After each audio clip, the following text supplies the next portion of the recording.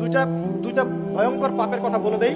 এই দুইটা পাপে যারা আসক্ত হয়ে আছে তারা তওবা করে ফিরে আসলে পরেও সারা জীবন তাদেরকে এটা সাফার করতে হবে।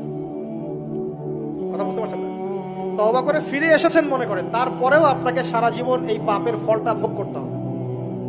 এক, মাদকদ্রব্য।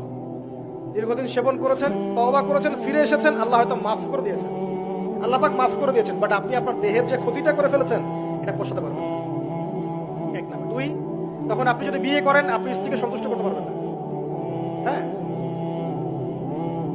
দুই নাম্বার হচ্ছে এই যে গোপনে যুবকরা যে পাপটা করে, মাস্টারবেশন, যেটাকে আমরা বলি হস্তমৈথুন, এই পাপ যেসব যুবকরা করছে বা করে, এবং অ্যাভেলেবেল এই পাপটা সবাই করে, কারণ এখন পর্নের যুগ, পর্ন দেখলে তার কোনো উপায় নাই, তখন তো এই পথেই যেতে হচ্ছে, নিজের উপরে নিজেকে জুলুম করতে হচ্ছে।